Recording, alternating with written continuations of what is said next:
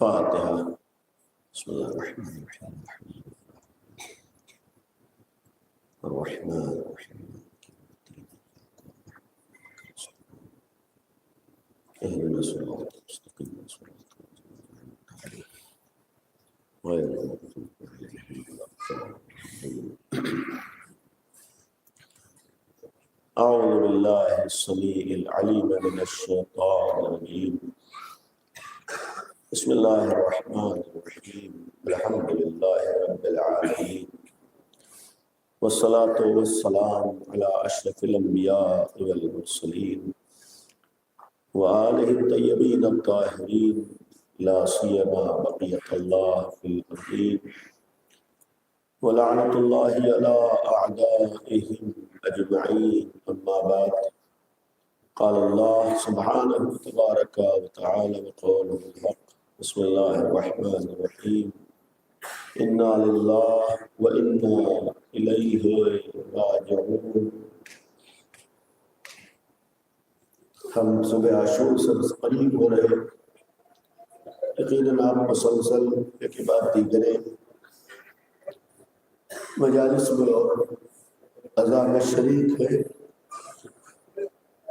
لیکن ذرا اس وقت دل کی نگاہوں سے کربلا کی جانب، سن 61 ہجری کی کربلا کی جانب نگاہ کرنے دیتی ہے،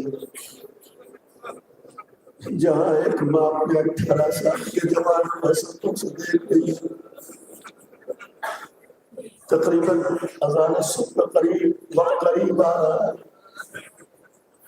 امام حسین نے آواز دیا میرے لال علی اکبر، عاشور کے دن آج اذان تم دو گے. ادھر سرزمین کربلا پر جناب علی اکبر کی آواز گونجتی ہے، اور جب یہ آواز اس ماں کے کانوں میں پہنچی ہوگی، شاید یہی سوچا ہے میرا لال یہ آخری آواز جو آج ماں سن رہی ہے. جب یہ رات آخری لمحات میں پہنچ رہی ہوگی، دل یہی کہتا ہے، ماں یہی کہہ رہی ہوگی رات نہ ڈلنا، ماں یہی کہتی ہے رات ختم نہ ہونا، اس لیے کہ اگر صبح ہوئی تو میرا لال علی اکبر مجھ سے جدا ہو جائے گا، میرا لال علی اکبر مجھ سے رخصت ہو جائے گا. اس باپ کے دل سے پوچھو جو کن حسرتوں سے اپنے لال علی اکبر کو دیکھتا ہوگا. شاید قرآن نے جناب یعقوب کا تذکرہ اسی لیے کیا ہو، جب یوسف جیسا بیٹا ہو تو بیٹے کی جدائی یعقوب جیسے باپ کی آنکھوں کو نابینا کر دیتی ہے. اور شاید اسماعیل و ابراہیم کا تذکرہ اس لیے ہو کہ جب اسماعیل جیسا بیٹا ہو تو پھر ابراہیم کے لیے ناقابل برداشت ہو جاتا ہے. ذرا سوچو جو کربلا میں فخر یوسف ہو، کربلا میں فخر اسماعیل ہو، اس اسماعیل یوسف کے لیے حسین کے دل پہ کیا گزرے گی.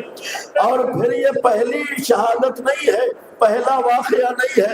ایک باپ جو صبح سے لاشوں پہ لاشیں لا چکا ہے، ایک باپ جو صبح سے غم پہ غم برداشت کر چکا ہے، ایک باپ جو اپنے عزیزوں کو اپنے ہاتھوں سے رخصت کر چکا ہے.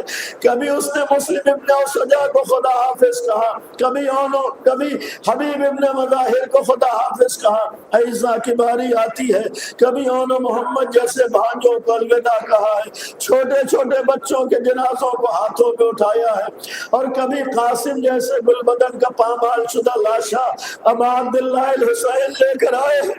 اور ابھی ایک منزل آتی ہے کہ عباس جیسے بھائی کا غم ابا عبداللہ الحسین نے برداشت کیا. یہ غم ایسا تھا جو ناقابل برداشت تھا، لیکن اس غم کے بعد بھی اب ایک اس سے بڑا غم آنے والا ہے. 18 سال کا جوان سامنے کھڑا ہے، اے بابا مجھے خدا حافظ کرو.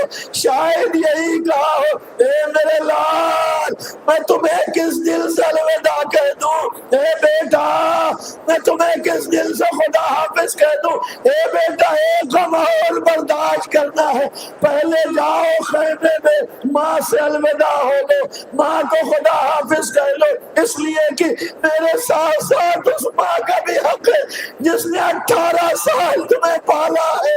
یہ بھی کربلا کا امتحان ہے، ایک طرف باپ امتحانات کی منزلوں میں ہے، دوسری طرف ماں بھی امتحانات کی منزلوں میں ہے۔ خیمے میں آتے ہیں، بیویوں کو الوداع کہا ہے، شہزادی زینب کے سامنے آ کر کھڑے ہو گئے، شاید یہ کہا ہو اے میرے لال میں تمہیں کس دل سے الوداع کہوں، اے بیٹا میں کس دل سے خدا حافظ کہوں، اے بیٹا ابھی تو میں نے عباس کا غم برداشت کیا ہے، اے بیٹا ابھی تو میں نے قاسم کا غم برداشت کیا ہے، یہی تو کہا ہوگا اے بھوپی اماں اب بابا تنہا رہ گئے، اب کوئی نہیں ہے، اب مجھے خدا حافظ کیجئے۔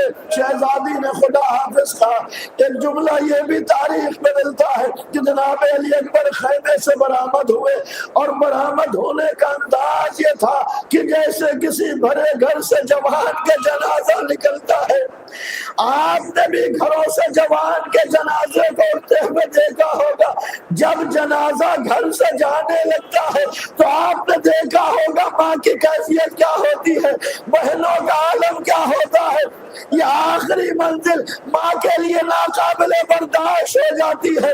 اب ماں کو معلوم ہے بیٹا جا رہا ہے، دنیا سے رخصت ہو رہا ہے، بہنوں کو معلوم ہے، لہذا جملہ تاریخ نے لکھا ایسے رخصت ہوئے جیسے کوئی گھر سے جوان کا جنازہ نکلتا ہے۔ جناب سکینہ آخری لمحات میں سامنے آئی ہے، ایک بھائی نے بہن کو خدا حافظ کہا ہے، لیکن کربلا کی خدا حافظ عجب منظر تھی۔ ایک 4 سال کی بہن سامنے کھڑی ہوئی یہ جملہ کہتی ہوگی اے بھیا مجھے کس کے سہارے چھوڑ کے جا رہے ہو، یہ جملہ کہا ہوگا اے بھیا بابا تنہا ہو جائیں گے۔ یہ جناب علی اکبر کا امتحان تھا۔ مدینے میں سغرا کو خدا حافظ کہا تھا، وہاں بھی ایک بہن نے دامن پکڑ کے یہی تو کہا تھا اے بھیا جا تو رہے ہو لیکن اس بہن کو فراموش نہ کرنا، اے بھیا جا تو رہے ہو سغرا کو بھی یاد رکھنا۔ اب جب سکینہ سامنے آئی ہوگی، دو بہنوں کا چہرہ سامنے ہے، وہاں سغرا انتظار میں ہے اور یہاں 4 سال کی بہن خدا حافظ کہہ رہی ہے۔ جناب علی اکبر نکلتے ہیں، بابا کے سامنے آئے، بابا نے آماد و تیار کیا، رسول کا ماما سر کے اوپر رکھا، رسول کے ردا کاندھوں پر ڈالی ہے، اور ایک حسرت سے تاریخ نے ایک عجب جملہ لکھا ہے، اس سے پہلے کسی شہید کو رخصت کرتے وقت امام کے چہرے کی وہ کیفیت نہ ہوئی۔ کیفیت یہ تھی جو الفاظ ایک دفعہ امام نے اپنے لال علی اکبر کو دیکھا، لیکن دیکھنے کا انداز یہ تھا کہ جیسے کسی کو کوئی مایوس نگاہوں سے دیکھتا ہے۔ حسین شاید یہ سوچ کے دیکھ رہے ہو اب یہ چہرہ آخری بار دیکھ رہا ہوں، اب یہ میرا لال مختل سے مجھے آواز دے گا۔ عزیزو یہی وجہ ہے خدا حافظ تو کہہ دیا لیکن اپنی جگہ بیٹھے نہ رہ سکے، بلکہ کچھ دور پیچھے پیچھے چلے۔ علی اکبر نے مڑ کے منظر دیکھا، بوڑھا باپ کمر کو تھامے ہوئے چلا رہا ہے۔ رہوار کے روکا ہے، بابا آپ تو خدا حافظ کہہ چکے تھے، یہ پھر پیچھے پیچھے آنے کی وجہ کیا ہے؟ اے میرے لال یہ باپ کا غم معمولی نہیں ہوتا ہے، اے میرے لال یہ باپ کا امتحان معمولی نہیں ہوتا ہے، اے میرے لال یہ غم صرف باپ سمجھ سکتا ہے کہ 18 سال کے جوان کو اپنی نگاہوں سے جاتے ہوئے دیکھ لے، یہ باپ غم سمجھ سکتا ہے کہ نگاہوں کے سامنے بیٹا دنیا سے رخصت ہو جائے۔ اے میرے لال تم جا تو رہے ہو لیکن یہ 57 سال کا باپ کیسے اس غم کو برداشت کرے گا؟ اے بیٹا اب تو ہمارے پاس کوئی نہیں ہے، تنہا تم ہی تھے جو جا رہے ہو۔ اور عزیزو جناب علی اکبر کا غم امام حسین کے لیے معمولی غم نہ تھا، یہ عمل اس بات کا پیغام ہے کہ خدا حافظ تو کہہ دیا لیکن اب ناقابل برداشت ہے، وہ منظر نگاہوں میں آتا ہے، پلٹ کے ہاتھوں گئے، دوبارہ خدا حافظ کہا، اب ایک آواز آتی ہے بابا اپنے لال کا آخری سلام قبول کرو، ادھر آخری سلام کا جملہ زبان پہ کانوں میں پہنچا ہے، اب حسین ابن علی طرف جاتے ہیں، جیسے ہی آواز سنی ایک دفعہ زمین پہ بیٹھ گئے، پھر کھڑے ہوئے، کیا آگے کچھ قدم آگے بڑھے، نہ چل سکے زمین پہ بیٹھ گئے، پھر چلنا چاہا پھر زمین پہ بیٹھ گئے۔ اب جو تاریخ کا جملہ لکھا ہے جب مولا سے چلا نہ گیا تو گھٹنیوں کے بل چلنا شروع کیا۔ عزیزو سرا سوچو، ایک بوڑھا بہت جوان بیٹے کے جنازے میں جانا چاہتا ہے، مولا حسین جب مقتل کی جانب بڑھتے ہیں یہ کہتے ہوئے بڑھے، اے میرے لال علی اکبر آواز دو تاکہ تمہاری آواز کے سہارے تمہارا بابا تم تک پہنچ سکے۔ عزیزو بیٹے کے سرحانے پہنچے ہیں، پھر وہ امتحان کی گھڑی آئی ہے جو اب عبداللہ الحسین نے کربلا میں بہت بڑے بڑے امتحانات دیے، لیکن اس منزل پہ آ کے ایک اور امتحان دینا تھا کہ 18 سال کے جوان کے کلیجے سے بنشی کے انی کا نکالنا، یہ امتحان سوچ کے حسین طرف گئے ہوں گے۔ اب یہ بھی منزل امتحان آتی ہے، زمین کربلا پر دونوں گھٹنوں کو رکھا، ایک ہاتھ سینے میں رکھتے ہیں، دوسرے ہاتھ سے انی کو پکڑا ہے، عزیز بیٹے نے طرف کے گلے میں باہیں ڈال دی اور یہ کہہ کہ بیٹا رخصت ہو گیا، اے بابا خدا حافظ۔ عزیزو اس منزل پر ایک جملہ ہے جس وقت قافلہ شام پہنچا ہے، یزید ملعون نے امام حسین کے چہرے مبارک کو دیکھا ہے اور اس نے ایک جملہ کہا تھا، اے حسین بہت جلد تم بوڑھے ہو گئے۔ امام کی عمر 57 سال ہے، یزید ملعون نے جملہ کہا حسین بہت جلد بوڑھے ہو گئے۔ جناب زینب نے جیسے یہ جملہ سنا تھا جواب دیا، اے یزید میرا بھیا بوڑھا نہ تھا بلکہ میرے بھائی کو جوان کے غم نے بوڑھا بنا دیا تھا۔ عزیزو یہی وجہ ہے تاریخ کربلا میں جناب زینب کے لیے چلے زینبیہ پہ آنے کی تاریخ ہے، لیکن بعض روایتوں نے ایک جملہ یہ بھی لکھا ہے کہ ادھر جناب علی اکبر نے پکارا ہے، جناب زینب آقا حسین سے پہلے لاش علی اکبر پہ پہنچ گئی۔ اس کی ایک وجہ علماء نے یہی لکھی ہے کہ جناب زینب جانتی تھی کہ بھیا کے لیے یہ اکبر کی شہادت معمولی شہادت نہ ہوگی، لہذا اپنے کو پہلے پہنچا دیا تاکہ بھائی کی متوجہ زینب کی طرف ہو جائے، بھائی کے غم کو کم کر سکے۔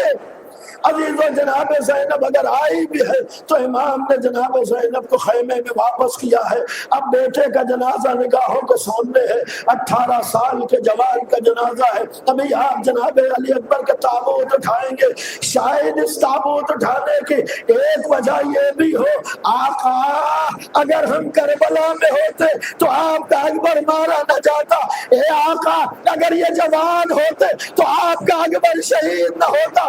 عزیزو یہ کہنے کا حق ہے مولا ہم نے مسلسل عزا برپا کی ہے، اے آقا یہ جوان تھکے تو ضرور ہے لیکن آپ کے لال کا غم بنانے کے لیے آئے ہیں، اے مولا آپ نے بچوں کو پکارا تھا، اے بنی ہاشم کے بچوں آؤ علی اکبر کے جنازے کو سہارا دو، یہاں جوان کے کانوں پر علی اکبر کا تابوت ہے، مل کے آواز دیجئے اے آقا حسین ان جوانوں کا سلام قبول کرو، اے آقا حسین ان عزاداروں کا پرسہ قبول کرو، اے آقا کاش ہم کربلا میں ہوتے تو اپنی جان اکبر پہ قربان کر دیتے۔